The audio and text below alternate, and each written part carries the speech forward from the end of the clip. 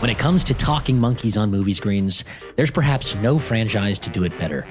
Unless there's another talking ape franchise that I'm not quite aware of, and no, we're not counting sign language. Sorry, Kong. Anyways, the franchise in question is, you guessed it, the movies of the Planets of the Apes. No, the Planet of the Apes franchise is what we're talking about today, guys. It all started in 1968. When George Taylor, an astronaut, and his crew crash land in a galaxy far, far away, only to discover that it's actually not Star Wars, and it's planet Earth, and there's apes ruling this planet, not humans. God damn you all to hell! I know this series has nothing to do with Star Wars. I fully walked back my reference. It was just a joke. Now, the central conflict and themes of this franchise have always been centered around the idea that a society of intelligent apes, not so different from humans, can be used as a moral and philosophical mirror to examine human society at its best and worst. It's a madhouse! It's a madhouse! Until James Franco came around and made it about the dangers of modern human medicine. We're talking about huge potential for millions of people. Our therapy enables the brain to repair itself. We call it the cure. Mixing with morals of animal abuse and freedom, which, to be fair, was actually a goddamn awesome movie to watch, and a fun origin story for the main man, or ape himself, Caesar. You have no idea what you're dealing with. Now, 2 movies followed suit in this reboot or prequel-style story in the Apes universe, and now we're at the 4th. The Kingdom of the Planet of the Apes, which, spoilers, not really though, Caesar doesn't really appear in this one. He's long gone. This film takes place many years forward from his story, and now the planet of Earth has truly become an ape's kingdom. Hence the gloriously long title that I've made fun of with my very own title on this video. Unless I changed it for the algorithm. God damn it. Anyways, I present to you the rant of the movie of the Kingdom of the Planet of the Apes. What a mouthful. And guys, where do we begin? If you're new to the channel, hit the like, subscribe, noti button, and all that bullshit, and let's get cracking on this spoiler-filled rant about the movie so you don't have to watch it. And if you did, well, sit back and enjoy correcting me in the comments when I inevitably see, I just did it right there. I fucked up the saying. When I inevitably fuck something up, as this movie is currently only in theaters, and I'm working off my notes from my phone after a terrible 40X viewing experience. They were the only tickets available, okay? It was an early screening. And now my rant begins. But now it is our time. Okay, we're going to start at the very beginning, guys, and this is the opening credits. Now, there is a credit title crawl, more like Blade Runner style, where it's just text on the screen. It's not moving up like Star Wars, despite the Star Wars reference we made earlier. It's not like that. It's just text on a screen. In fact, I found a picture on Reddit. Okay, that's what it looks like. It says, for thousands of years, humans ruled the planet. Their hubris would lead to their downfall. A man-made virus gave rise to an intelligent species of ape. For humans, it had the reverse effect, robbing them of their intellect and ability to speak. As ape and humans struggled to coexist, one ape rose up and sacrificed everything for his kind. His name was Caesar. Now, it's almost, if you're just a casual viewer of the franchise and you walk into this movie, or maybe you've really never seen the other movies or you can't remember them, you're almost being set up to think that this movie might be about Caesar or having him in the movie at some point in some sort of active capacity. Well, no, it's not. It's not actually like that. As I mentioned in the intro, Caesar dead. He's dead. So there's no Caesar. You only get the ideas of Caesar as a backdrop and as kind of used and abused as a moral compass for the apes. Caesar's identity, Caesar's legacy, Caesar's values are present through the other characters. He's not actually in the film except for at the very, very beginning. I believe it shows his funeral pyre. So they're like, doing the funeral rites, they're burning his body. All the apes from his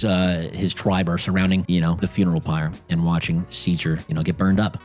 Yeah. Anyways, my thoughts on this is that they had a lot of footage from, my one problem with this text intro is that they had a lot of footage from previous movies that they could have made maybe a montage or maybe a mini story. Like, at the beginning of Up, where they have that little short film-esque kind of thing about the grandpa and his wife. Yeah. They could have done something like that while these credits are playing or with a narration on these credits from another ape or something like that. And it would have been more effective to really put you in the world. It felt a little bit, now I don't want to say lazy because they do a lot of work on this film and it's not an easy film to make, but it felt a little bit short-sighted to just have a text crawl there when you do have a 3-movie history before you to kind of recap these events visually. You have the footage. So maybe they could have made a more engaging intro, in my opinion. But it's not the biggest deal in the world, as this is a smaller story until the end. You'll see. If you stick around, you'll see why the story kind of opens up at the end. But it is a more contained story, and it's in the future. So we're dealing with past Caesar's prime, past his time altogether. All right. Now, after the funeral pyre, we open up on a jungle-esque environment with an eagle following our main characters, or a bird, some type of bird. I think it's an eagle following our main characters. We have Suna, which I think is the love interest. We have Anaya, and we have our main character, our new main character, our new Caesar, if you will, even though there's another new Caesar in this. We have Noah. So this little trio of apes, a big trio of apes, these guys are strong. They're climbing through what's called Top Nest, and Top Nest is where they go and they recover eggs. And yes, the intro to this movie is apes collecting eggs. And the reason why they're doing this is because they're the Eagle tribe, Eagle clan. What they do is they raise eagles to hunt, kill, protect, and live alongside them. It's sort of their tradition. It's sort of how they operate as a clan, as a tribe, as a family, as a village. That's kind of their theme. That's kind of their main mojo. Is robbing. Here's the thing. They rob the nests of these eagles, but they do it with morality in mind. They always leave one eagle egg in the nest so that they don't kind of ruin the whole generation of eagles. They leave one to be naturally raised, I guess. I don't know why they wouldn't breed the eagles. Maybe they want eagles to have, a natural life and a ape life. Maybe they're respecting nature, which I kind of like it. I do like it. I can kind of argue either way of why it's kind of stupid or why it's kind of smart to have them leave an egg, but morally speaking, it makes these apes, have a little bit of sympathy with the audience because they're the good guys. They're clearly the good guys. They're respecting nature, yet they're also taking advantage of it at the same time. It's kind of like humans, but maybe less, crude. So it was kind of a heartwarming thing to see the scene where he tells them only, leave one, only take 2. And so they leave one egg in the nest, and this leaves Noah, our main character, without an egg, without an eagle. And so he needs to go collect one to raise it. It's kind of part of the ritual of this society is each Eagle clan member must find an egg and raise it to be their spirit animal or something like that. Anyways, Noah suggests they make the climb all the way up the top nest, and he's the only one to make it up there. He throws his spear into a wall. I don't know, he's super strong, so he can just chuck a spear into a solid rock wall and jump on it like a jungle gym, and he flies up and reaches the top nest. And apparently this is a big, huge deal. I don't know why they really hyped up the top nest thing within dialogue scenes later on, but at the beginning of the movie, it just feels like something that they always do. It just feels like something that these apes always do is just climb around and find eggs. But later on, we find out that this was just a huge deal that he climbed top nest to get the egg at the top of top nest. And so he does. He gets an egg. He almost falls off as one of the eagles returns to the nest and kind of scares him away and kicks him off the edge. So he's falling. Noah's falling off the top nest. And nope, we get a camera reveal that he's actually grabbed onto a branch or something and he's safe. So all 3, Anaya, Suna, and Noah, go back to the village with their eggs. Now, here's the thing. They're carrying these eggs. Take notice, they're carrying these eggs in like just a little chest strap that's exposed and it's easy access. You could probably just fall over or jump wrong and the egg's broken. So that's how they're carrying these eggs. So keep notice of that. Also, there's a point when they say Elder Luna says the right bird will sing to you. Look, I don't want to be like, cynical, but it just makes me just cringe a little bit. Like the right bird will sing to you. It's like they're eggs. They're eggs. They're not birds. They're eggs. They're not going to sing to you. I'm so sorry. I just don't follow this. I don't follow this bird egg religion. I don't believe. I don't have faith. So that was just really just a kind of a cringe line. It was like trying to inject culture. It was just trying to inject this like false sense of culture into the apes that I just didn't appreciate. I was like, come on, dude. We don't need this sappy Hallmark bullshit. Stop. All right, we don't need that, do we? I'm sorry. We just don't need it. Elder Luna says the right bird egg will sing to you. It's just like, what? You listen, you put up to your ear, you hear like the friggin' Temple of Time song or something. Like, what are they doing in there? I don't know. I'm trying to make a joke about bird eggs singing and I'm failing. Point is, bird eggs don't sing. So it just felt a little bit forced. Like, ooh, we are spiritual beings. The right bird will sing to you. It's like, come on, dude, whatever. Moving forward. Now, it's at this point in the film that we've had a bit of dialogue between the apes. And one of my complaints is that whenever the plot needs them to like get all emotional and sentimental, they talk like apes and they are pausing and making many different patterns in their voice that are not human and more primitive. But then when the plot needs it to speed up and them to talk correctly, they kind of just talk like this, and they're just more human when the plot needs them to be. It's super weird. I don't know if that kind of works correctly for me. It just felt like, oh, here, at some points we need to show you that they're apes, and at some points we need to show you that they're more like humans. It's like, couldn't you find a middle ground to have that accent be consistent? It just, the ape accents didn't feel consistent to me, and I noticed that very early on. Okay? I noticed that very early on, and it kind of made me really pay attention to the accents throughout the film, which was distracting. I'm sorry it was. Now, as they're getting back to their horses from this top nest climb, the egg, the mission for the eggs, they noticed that some things on their horses are missing. Some things on their packs are missing, and apparently it was stolen by an echo. And what is an echo? Echo is the term they use for humans who once were human. So it's humans that are now have been downgraded by the virus, and they can't speak. They're just an echo of humanity. You know what I mean? I'm not sure if they refer to. Here's where you guys can start correcting me in the comments. Do they refer to every human as echo? I think that's what it is. I think the newer apes refer to all humans as echo, but mainly the humans they encounter typically in the wild have been degraded by the virus, and they're now just kind of feral animals. They look like humans. They are humans, but their intelligence is that of a deer or I don't know, a primitive animal. And at one point, they're even seen grazing the fields and getting water out of a pond with the deer. We'll go over that scene in a bit. But yeah, basically, some humans stole some stuff off their horses, and they've had problems with these echo raiding their village and stealing stuff from them before. Apparently, it's really told through dialogue, that this conflict with the echo, with the humans. It's really told through dialogue. There's not a lot of character work to visually display the conflict between the humans and the apes. So it kind of doesn't settle in your brain until way later on in the movie. It kind of plays a background role.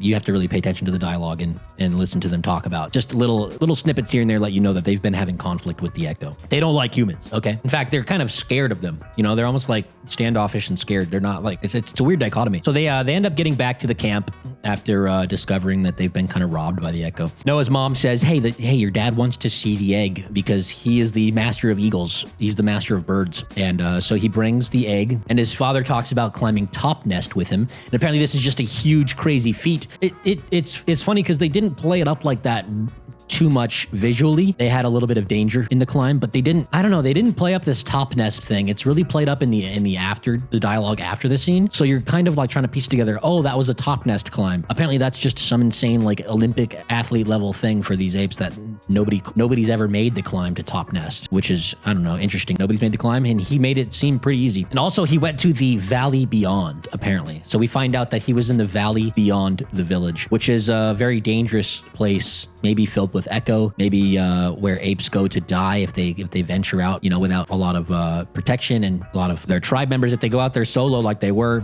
apparently that's a really bad thing. But again, this is all learned in dialogue. It's just a lot of like exposition dialogue in this movie that doesn't really emotionally resonate with you because you're not familiar enough with this tribe, with this people, with this world, with this environment. It's kind of hard to understand the conflict at this point when it's really only just told through a couple of lines here and there. You're not really fully connecting with the film at this point. At least I wasn't. Like the other apes are all super impressed by this top nest climb, and the audience is just like, the fuck is top nest? What, Top Gun? Let's go watch that movie. Bad joke, but you know what I mean? Like the audience was like, what the hell is top nest? We didn't know what the hell's going on. If they would have set this up in the movie better and told a visual story about top nest, it just didn't hit. Yeah, it didn't hit. So Noah's dad is kind of a dick about him going to top nest and doesn't really respect that he broke the rules and went to the valley beyond and all this stuff. Typical dad's father-son banter. When you break the rules, you got to get grounded. So he's kind of been scolded, and he goes back to one of these village huts where there's a bunch of fish and meat hanging, and whatever they're curing the meat. Whatever they're doing, this is their meat locker. There's meat storage. So at this point, after the little scuffle with Noah and his father, he goes back to one of the huts in the village, and he finds a young girl in the hut, an echo, a human, and he gets in a scuffle with her, and she ends up breaking his egg. Yeah, that's right. Okay, this is what pissed me off the most. Not that the egg was broken, it's the fact that this society of apes, this particular village of apes, their whole focus, their whole like sacred ritual and rite of passage is based around, you know, raising eagles. And I hate to say it, guys, this is not a flour sack 6th grade health class, you know, assignment. You ever go to health class and they make you carry around a sack of flour, and if it leaks at the end of the week or whatever, you get in trouble or some shit. It's like trying to teach you how to take care of a baby because a flour sack is, you know, you get the point. Okay, this is not a science experiment. You need to keep these birds safe. You need to keep these eggs safe. So what do? They just continue to wear them around exposed on their chest all day. There's no incubator. There's no like dedicated hut or there's no storage area for these eggs to be kept safe. They just walk around with the egg on their chest. Now you could probably make arguments to why they do this, but I say here's why it's dumb. Because he gets in a scuffle with one human girl and it manages to break the egg. If your egg, you know, protection strategy is so robust that a little 13-year-old girl can just walk up to you, cause a scuffle, and your egg's dead, then you need to rethink your egg protection strategy, my friend. Okay? I'm just saying, this is your whole society. It's your religion. You worship these eagles and you just let them hang in there on your chest. I don't know. I don't understand it. It just pissed me off. If you want to tell me a good reason why they carry the eggs outside of, oh, they need to spiritually connect with the egg, I get it. Yeah, that's fine. I think there's a better way to stash the egg. So now Noah is on a new quest. He's got to get a new egg. He has to go get another egg because he doesn't want his father to see him eggless with a broken egg. Break an egg, they say. So he goes up and he goes out on a new adventure to get a new egg. Now, as he's on his new journey for a new egg, he encounters a pack of apes that are a little crazy, and they're using the words of Caesar, almost like religious aggressors, to take and enslave and beat the members of his tribe, of his village, up and take them away.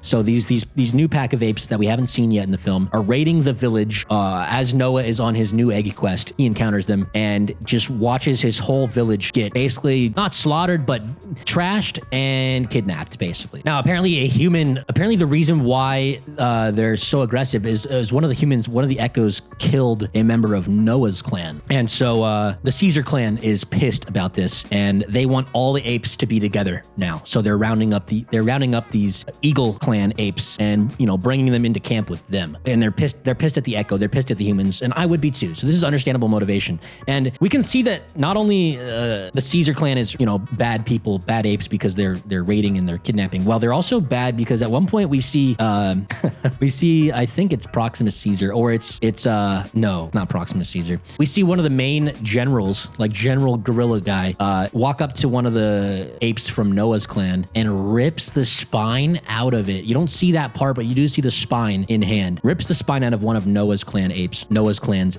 apes. And at that point, I was like, okay, these are bad guys. These are not Caesar guys, because Caesar says ape, no kill ape. These guys rip spines out of other apes. So they don't kill everybody, but they do kill somebody. That was disgusting. Now, I forgot to mention, at this point in the film, we go back to Caesar's father, and he's got a bird. He's got a special eagle called Eagle Son. And Eagle Son didn't take too kindly to Noah so far, and that's going to be important later on in the film. So we're back with the father, and the father's getting attacked by the main ape now, the main Caesar ape. And it's like this big gorilla looking guy, and he gets killed. But before he does, he sends out the eagle, okay? He sends out Eagle Son, the big daddy of all, the eagle of all eagles, okay? So the eagle, just take note, the eagle's still alive. The main eagle is still alive. Now we get the revenge fight with Noah and the main antagonist ape, gorilla looking guy. And it doesn't go well for Noah. He gets pushed off a cliff or off of the top of a balcony type thing, basically off the top of a tree, falls down through several platforms and, has a fake death moment where he wakes back up and the village is decimated. Everybody's gone. He was probably presumed dead. The whole village is wiped out. So now he walks out of the village and he sets up camp where he meets up with Eagle Son, his father's eagle. The big daddy eagle of the clan ends up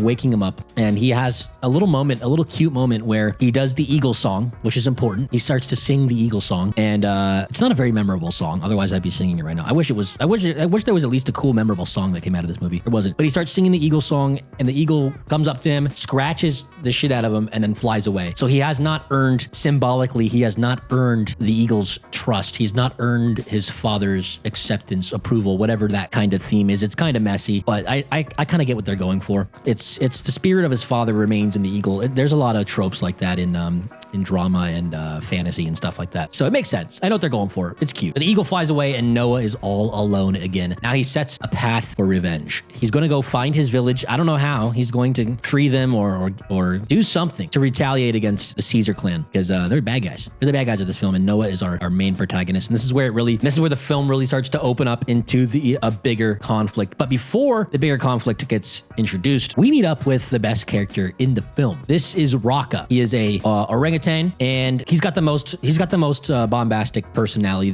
He's the dude you want to hang out with in the movie in terms of apes. And it's just a breath of fresh air to have a character like this in a movie where I would say is quite mid. This character stands out, and it makes it bearable, makes it worth watching, in my opinion. So he falls into this trap set by the orangutan. We're just going to call him Raka.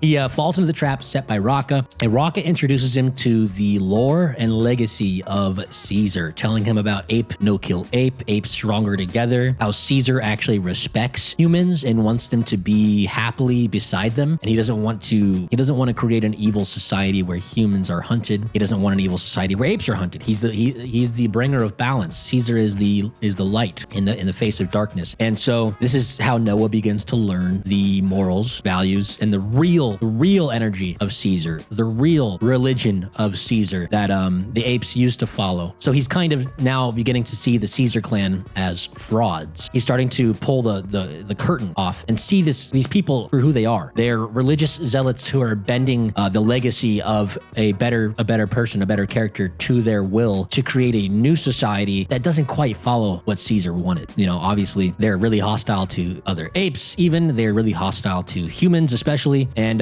it's just a bastardization of Caesar's word is what the Caesar clan is doing. And that gives even more motivation for Noah and for the audience to despise, the other side of the ape kingdom, the bad apes. Now it's here where we learn that Raka calls them humans, and Noah seems to only refer to them as Echo. So it gives me like a hint that Raka has a deeper understanding, a deeper respect for the humans, because he calls them by their actual original species name. Now on their way to the Caesar apes village, Raka and Noah find a group of wild humans that are being attacked by the Caesar apes, and out of this pack they rescue Nova. Now they call all humans Nova, and it's actually the funniest line in the movie, where Raka says, "We call all humans Nova. I do not know why we do this. It was Caesar's will." So it was the only funny line in the movie. That kind of tells you something, right? It wasn't that funny. Now after a while of not speaking and being more of a primitive human, this Nova reveals to Raka and Noah that she actually can speak. So she's actually not one of the echoes. She's not one of the deranged, degraded, primitive humans. She's actually an intelligent human, and her name is May. And she tells Noah the whereabouts of the Proximus, the Caesar clan. And you heard me say Proximus. I'm gonna bring that name out in a bit, and you're gonna know what it means. Now this is the same girl who attempted to break into the hut and who ended up breaking the egg that Noah held before. So he's got a lot of animosity towards this girl. But Raka tells him, no, we can coexist. And so they eventually end up kind of ingratiating themselves with this little girl. They let her sit by the campfire with her. She ends up riding on the horse with Raka. Yes, they both ride horses. That's the sickest thing about this movie, is watching apes ride horses. That's just cool. Okay, if you want to watch apes ride horses, go to this film. So Noah's learning to, appreciate humans and learning to live with the echo instead of to fight them, which is kind of one of the main themes of Planet of the Apes, of the series, of the franchise. So it's nice to get that kind of storyline going, and it does happen a little later in the film than you would think, but this is where our human storyline begins. So we got Noah, we've got the girl as of now, and we have Raka making their way towards the Caesar apes village to try to find his family and rescue his people. And on the way they discover a scene where there's a little oasis where there's a little pond, and a bunch of deer are surrounding the pond, and they're coming to have a drink and relax. And so come the humans, the echo, the basically primitive form of humans, coming up side by side with the deer, acting just like deer, going to the water, sipping the pond. And Raka, Noah, and our main character, little girl,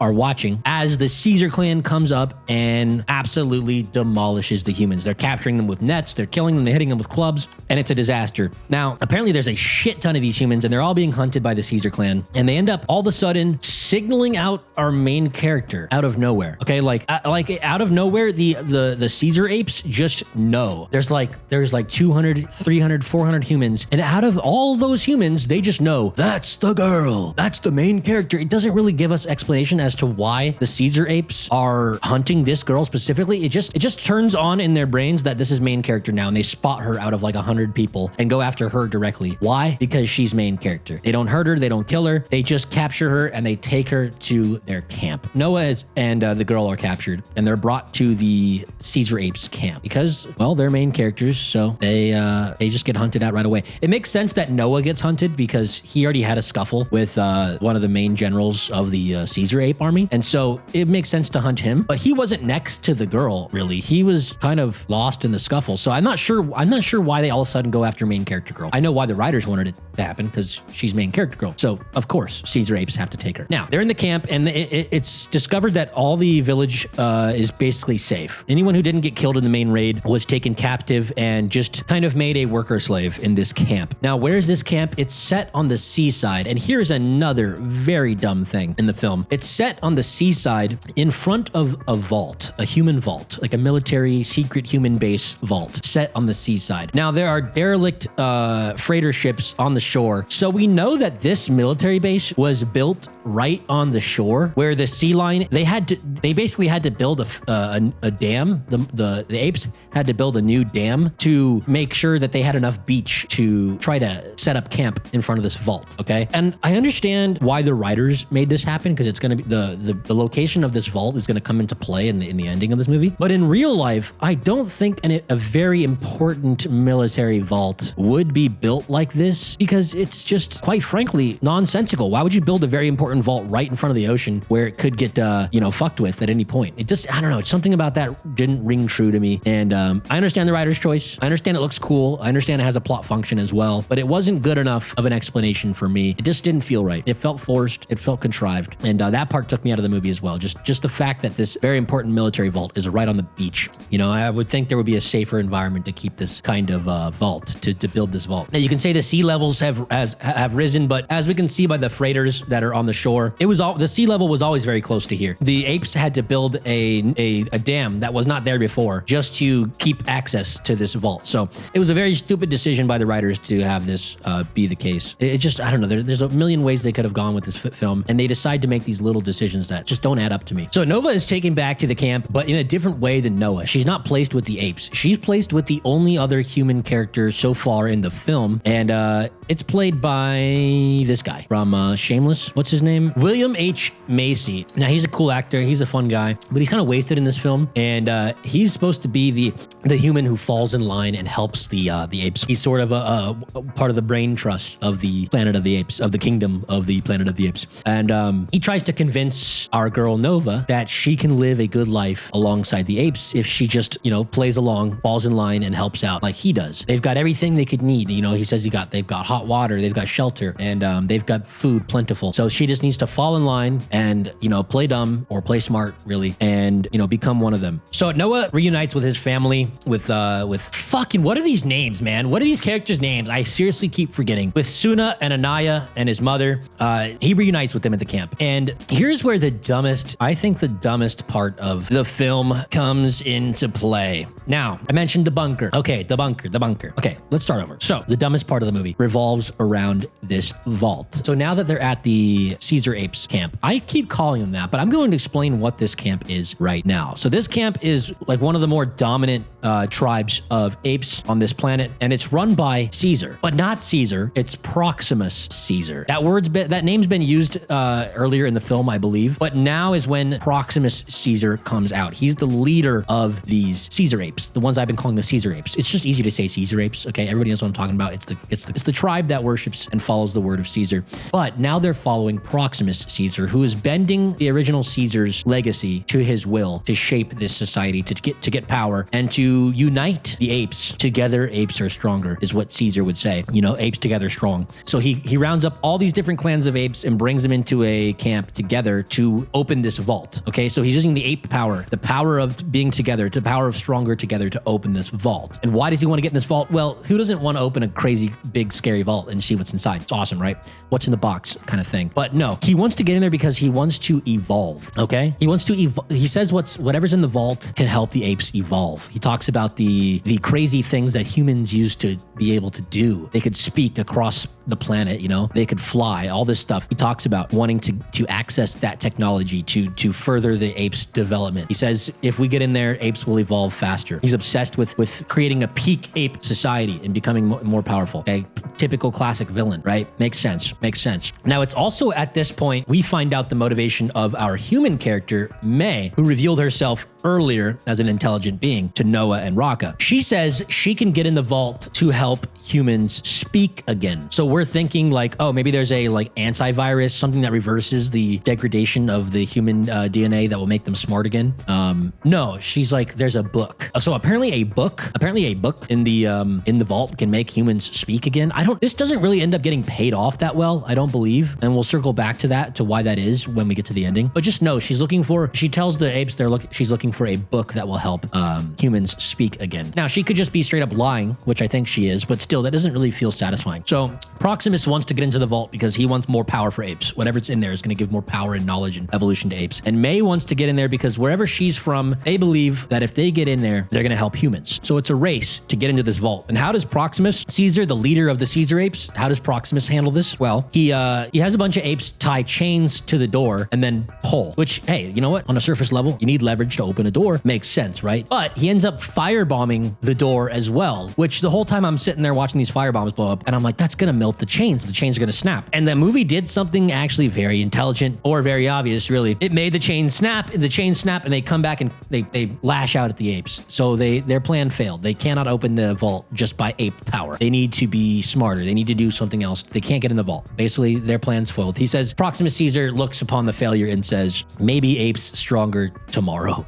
And he kind of just gives up. Now, this is where May, Noah, and Anaya. Oh, and Suna. May, Noah, Suna, and Anaya. So 3 apes, 1 girl. May, aka Nova, if you forgot. The little girl that's trying to get in the vault with them. She tells them there's a secret passage at the top of the vault. Now, you're telling me that the Caesar apes have been around this vault for a long time, probably, you know, building up their camp and finding strategies to get inside. And they never searched the area for other entrances. They think that there's only one way to get into this vault, which is this giant, inefficient door that's supposed to be, you know, probably for taking out missiles and boats or bigger things, where there's got to be human hatches or other exits for humans that are easy to use, right? They never looked. They just never looked. Or if they did, they didn't look hard enough because it's pretty easy for May, Noah, Suna, and Anaya to get in. They have to make they do have to make kind of a pretty intense climb, kind of, you know, reminiscent of the Top Nest climb. So we're getting like a throwback to the beginning. And so they make this climb. They go out in a secret mission while everybody's sleeping to go into the vault after the main Caesar apes failed to get in. And they get into this vault and they're helping May find something that she needs in the vault. And May tells the 3 apes to stay put while I go grab what I need. Apparently she's going to go grab some super valuable item for humans. And as she's on her little side quest, the apes are reading a book that shows society as it used to be in a children's book, where they start seeing zoo animals and they see gorillas and apes behind bars and cages.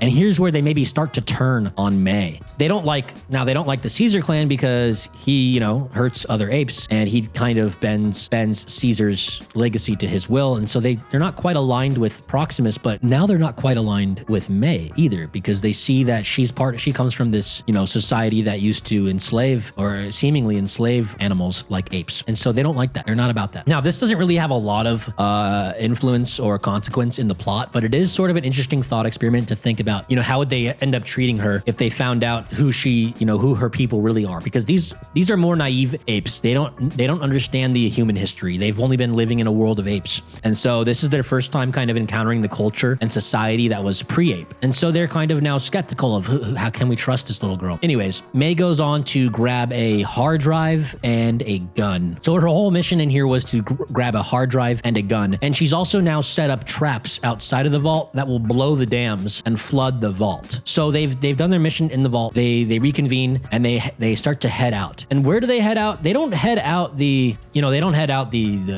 entrance they came in. They just go right out the front door. They open up the main big vault door to the ape camp. And who's sitting there but Proximus, the king, the evil Caesar? Proximus Caesar is sitting outside with, I believe, Noah's mother. And he kind of takes a hostage and says, Noah, you can choose the girl or the hostage, which is just weird. I don't know. I feel like he would just kill the girl right there, right? Like they would just kill the girl right there. These guys don't care about humans really. And she betrayed them. I feel like they would just kill the girl. Anyway, she pulls a gat, freaking blasts the ape holding the hostage, then blows up the dam, runs away, and everybody is like, "Holy shit! You know, we need to get out of here. The dam is gonna flood this whole vault." And so Proximus says, "Up, like climb." He tells the apes to climb, but instead of climbing, they like go in the vault. I don't know. It's a weird sequence, and I'm kind of hazy at this point. My memory of the film is fading. But basically, after Proximus tells all the apes to climb, he ends up at the top of a cliff with all the apes that were enslaved as members of the camp. And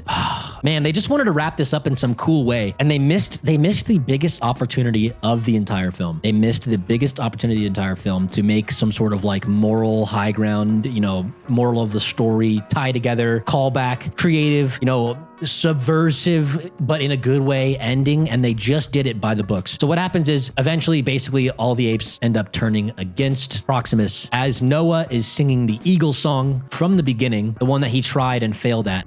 He sings that song, and now he has earned the respect of his ancestors. So the eagle comes in, the original eagle son from the beginning of the video that I talked about, comes in and calls in all the other eagles, Deus Ex Eagle. It's just like that scene from The Hobbit. The eagles come in and save the freaking day. Thank you, Gandalf. So the eagles are scratching this dude's shit up, and they end up basically end up kicking this dude off the cliff as he's kind of forced to the edge by the rest of the camp, and Noah creates a successful revolution against Proximus. And that's basically the end of the apes story. The epilogue of this is that the little girl ends up riding back to her camp with that hard drive, gives it to the people she meets up with in another bunker. They open the door. They're in like hazmat suits because they're afraid of the virus. And apparently she's immune. Maybe she's the only immune one, because otherwise, why would they send a 13-year-old girl to do this crazy mission that's going to save humanity, apparently? That was my other question is, all right, they've got all these people, and she is the secret stealth agent to go grab this super secret hard drive from this random vault, and only one of, I don't know, maybe it's because she's like unsuspecting and she's like a girl boss. I'm just not sure. They really should have set this human storyline up from the beginning to make us like have more empathy and understanding of it. Instead, they used it and held it back as a twist ending where she delivers this hard drive to another group of humans who's in a bunker,